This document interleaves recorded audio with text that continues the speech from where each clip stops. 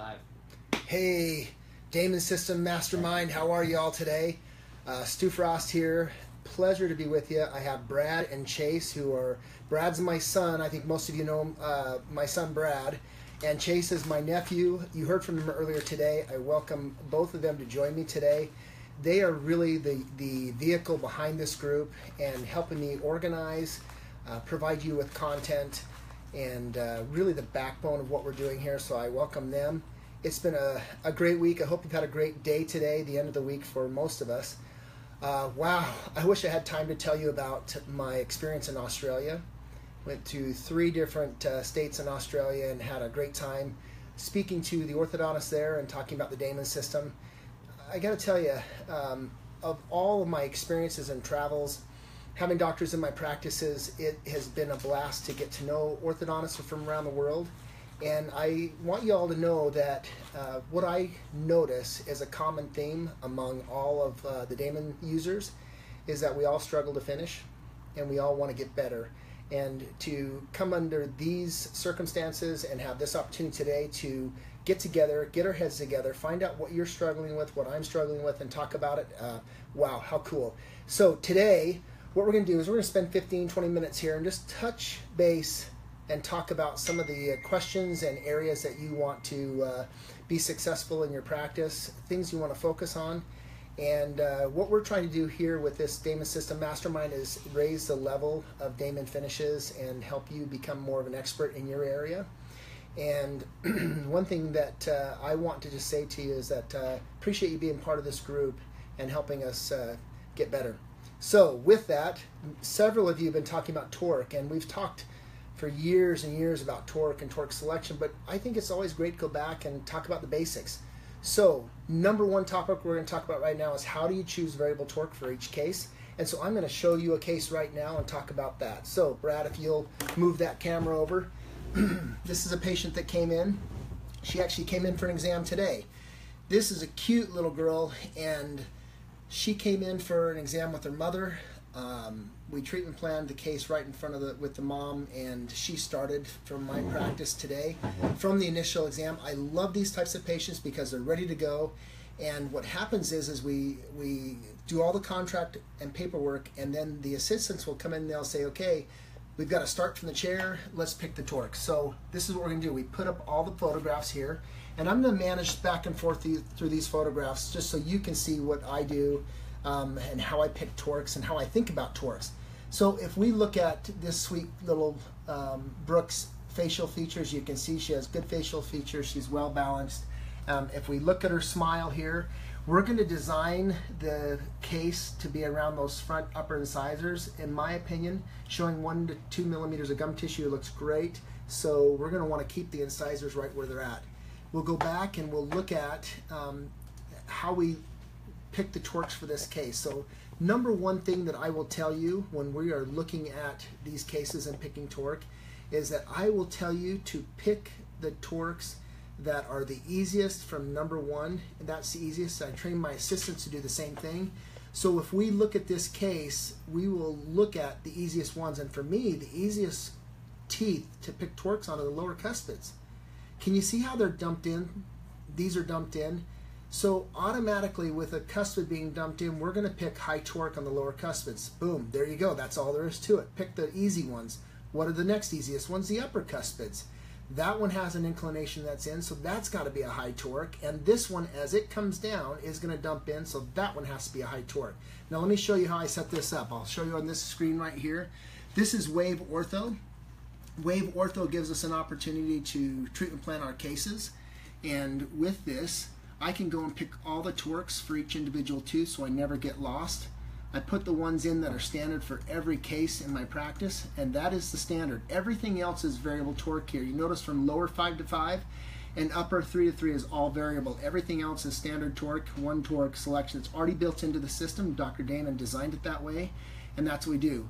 We just got done saying that all the cuspids in this case are going to be high torque, so let's put the high torque on there. And now we'll go back and we'll design the rest. So we pick the easy ones. Let's go back to our picture. Now I like this picture right here. This is a great picture. I'm going to blow it up for you so you can see this. If you look closely at this, and I wish you could respond, because I'd love to ask you a question, what do you see that stands out at you? But for me, the big pink elephant in the room is that big tongue. And that tongue has a high tongue posture. So I haven't seen too many cases like this, but this case is really interesting because all of the lower teeth from the cuspid back are all dumped in, even the first and second molars. Can you see that? So automatically what I'm thinking in my mind is I want whatever torque I can pick on the lower cuspid and the lower 4s and 5s is to help upright those teeth so we have a beautiful functional occlusion. So what I do is I'm going to reach back over here and I'm going to pick high torque on the 4s. High torque on the 4s is -5 degrees, and then I'm going to pick a -5 degree 4 bracket and I'm going to put it on the 5. Everybody with me on that? So we're variable torque from lower 3s, lower 4s, lower 5s, and I want everything high torque to help me upright. Now, that leaves us with just the anteriors. If you look at the anteriors here, not much crowding. I'm going to switch views here for this picture. I'm going to show you the occlusal. The occlusal picture will really help us as well because we can see that there's just a minor to moderate amount of crowding. This is going to be regular torque. So we're going to come back. I'll change my bracket position here on the other side. Brad, you with me? Yep. Awesome. And we're going to pick regular torque, lower 2 to 2. Then we're going to come back, and this is how I go through this in my mind. And I bring the pictures up, I look at them, I study the occlusals. When I look at the occlusals here, I can see that we have this lateral that's torqued in slightly. Most of the time, you'll have the roots in the same position, so we'll use the same torques throughout all of those. We'll go back to the center one last time. I'll verify what I'm going to pick for my upper central incisors. And there's some other hints and helps that I can get for torque because I'm right now, when I look at these pictures, I'm leaning at, I'm going to go back to this full view here. When I look at this, I'm leaning at low torque on the upper 2 to 2.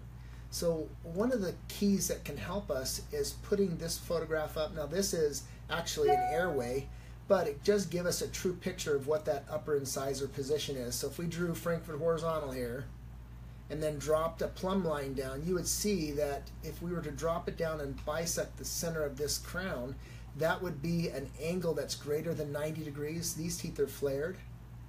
So to help upright, we're going to pick low torque upper 2 to 2. So I'll come back over here. We'll pick our low torque upper 2 to 2.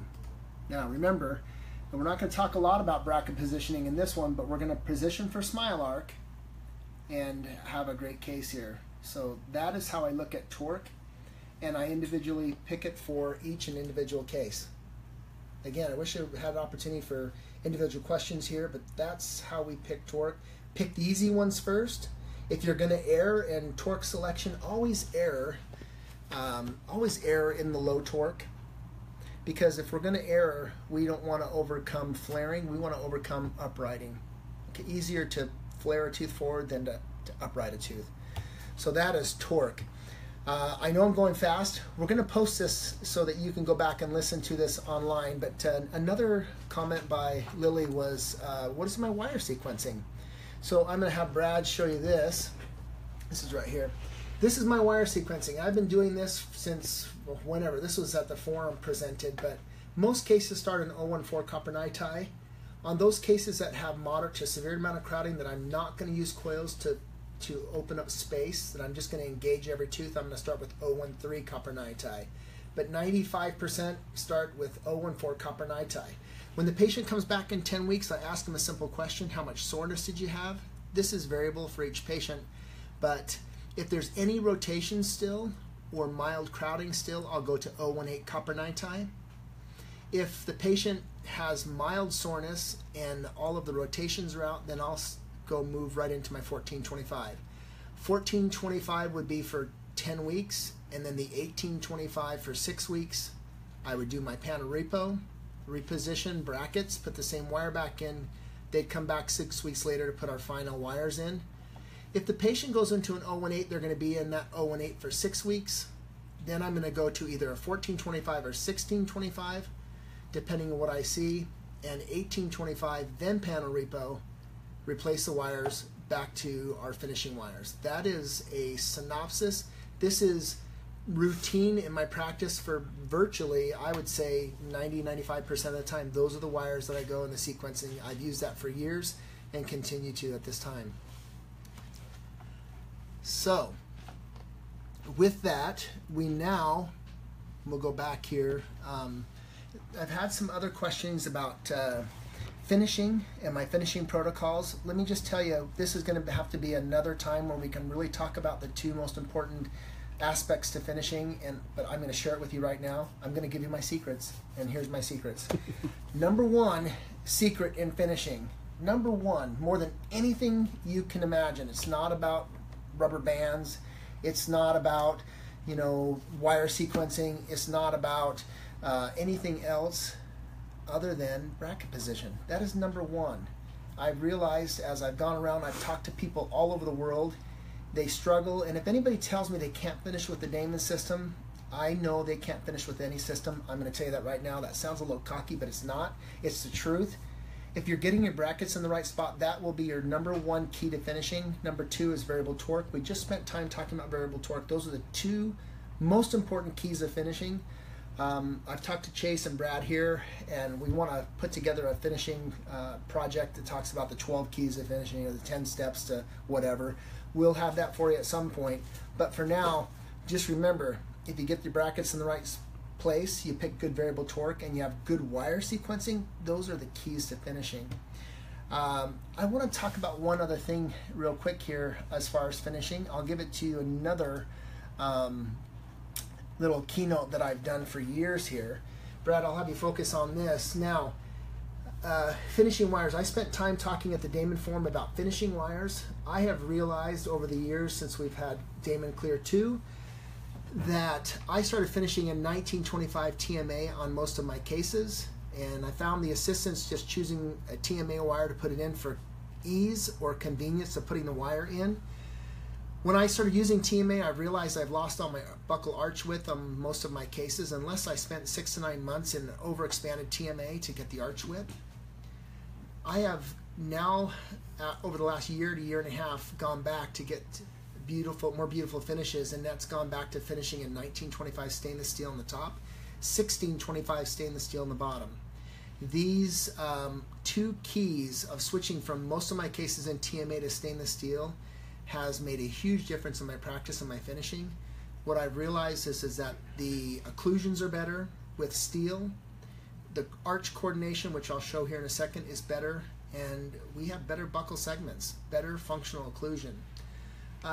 Sometimes I'll finish in TMA, but rarely now. If I choose poorly on my torques, I might finish in steel for 4 to 6 months and then drop to a TMA just for torquing purposes. But I use that steel for those beautiful arch forms. This is one of the other keys of finishing. Again, like I said, we'll put this in a presentation for you, but if you're going to be finishing in 1925 stainless steel, you're going to coordinate your arches. Most of the time you'll coordinate 3 to 3. Let's say you need a little bit more buckle arch width in the upper, then you would overexpand the upper slightly distal to the 3 on the top on both sides, leaving the lower right where it's at. But for the majority of my case finishes, this is how I coordinate my arches. And many times people are forgetting about the posted wires, and I use posted wires in my practice. They're more the crimpable ones. These Ormco wires seem to take a little bend at the hook, and I didn't like that. So we'll always use posted wires distal to the lateral, upper and lower. You can, Todd did a great post talking about the Trillium bracket hooks, those hooks that go on the wires that won't slide. Those are great. And then we'll do our tiebacks. We already put that on there talking about tiebacks, and that's why we have hooks on our wires. This is what I use in my practice to get the symmetry of the wire. This is not anything but symmetry, making sure I'm symmetric from side to side. If I'm widening a wire or coordinating wires, I use that symmetry guide from Ormco. If anybody has questions about that, you can message me. I'll put that on our site here, the Damon System Mastery site.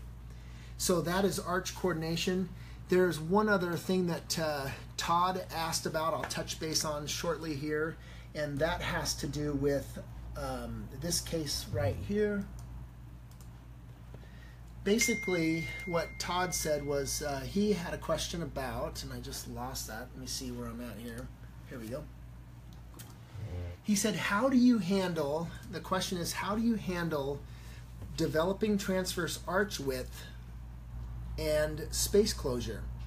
Because many times while we're working on the transverse arch width, we don't want to put a power chain on because that would negate what we're doing with transverse arch width. So how would we handle a space like this where we have space on the lower but we're still trying to broaden and widen the arches? Well, what I do now in my practice is I don't use power chain underneath the wire and around the brackets. What I do is I take a power chain off of the 6. I'll take like 6 links, I'll take it and wrap it around the post, slide back to the hook, and I'll do what is called a sling back. A sling back allows me to work on the posterior transverse arch width at the same time close space. And that is a little nugget that I give you today for working on transverse arch width and closing space at the same time.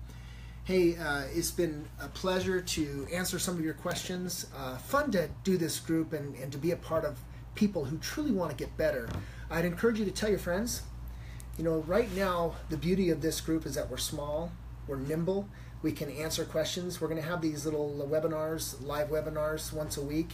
Apologize for being gone in Australia, not having as a lot of contact, but I'm really committed to providing content and helping you get better as an orthodontist, especially a Damon orthodontist.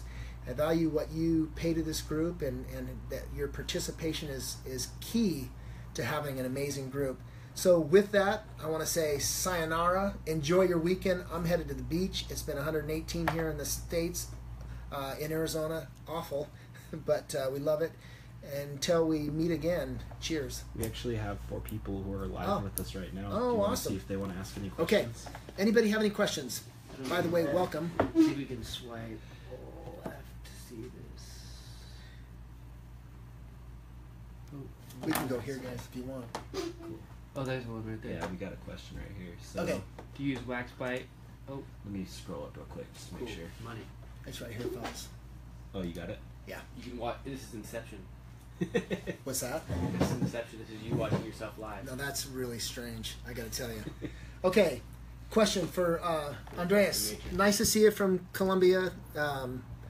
Muchas gracias for asking a question. But the question is about using wax bite for coordination. Now, Dr. Alan Bagdon has taught a lot about wax bites, and he taught that after the working wire, the nai-tai wires, the copper nai-tai wires, to take a yellow wax bite and to measure a stainless steel finishing wire to the buccal cuss tips from 7 to 7, and using that as your final arch form for your upper and your lower and coordinating them. I understand that principle, and the problem is that many times the body will not have uprighted, or will not, the muscles of the face, the tongue, everything else, will not let us upright the lower arch to the correct inclinations.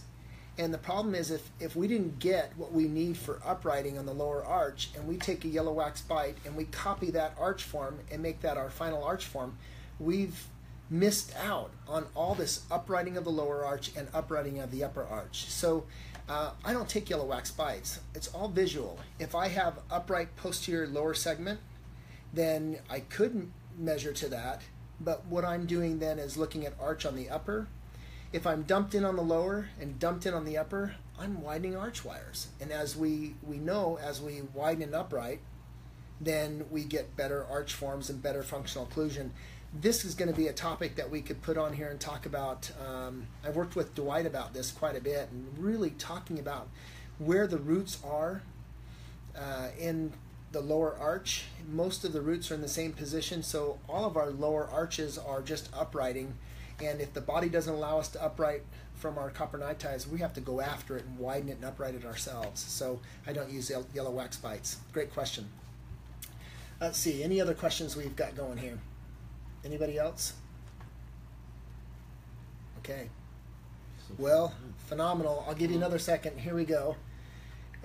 Kristen says, I'm having issues with posterior arch development and getting more anterior flaring. Any suggestions of what could be doing wrong? Am I not using C-chain during this time and not engaging every tooth to avoid anterior flaring? Okay, great question. We'll go back to the very beginning here and talk about how we take lower and upper anterior crowding and how do we eliminate crowding. Number one key in finishing is to set our cases up right with the torque. So we know for flaring we're going to use low torque, but we take lower anterior crowding, upper crowding, and develop it into posterior arch width. The way that we can do that if we have moderate crowding or severe and blocked out teeth is we skip teeth and use coil springs. Then by using the coil springs, we encourage posterior arch development, protecting the teeth from just flaring forward, and that's number one. Any suggestions? Let's see. So the arch development that I have found, the 1825 is going to help us with that arch development, but the last 6 to 8 months of treatment is really where I get my arch development and working on the shape of the arch. And one thing that helps is as you widen an arch, you'll get decrease of torque of the anterior teeth. That can help you as well. And the other thing for flaring is that for flaring, I will do some IPR, interproximal reduction, and use the wire to help take up the torque and help with flaring. That's going to have to be another section. There's a whole section about how we can control that. I'd love to talk about that as well. I think that's it. I think if we're having flaring, it's a torque issue. It's not necessarily a mechanic issue. And picking low torque and working on transverse arch width is key to overcome our flaring. All right. Matthias, how's my Argentine friend? Good. I hope you're doing well. He says this: I remember the great class 3 you treat with TADS in the shelf. When did that brackets were low torque converted on the lowers? What was your final arch wire with him? Okay, so that was Benson. Maybe we can show that case on here as well, where we put a buckle shelf TAD and retracted the whole lower arch, probably about 15 millimeters.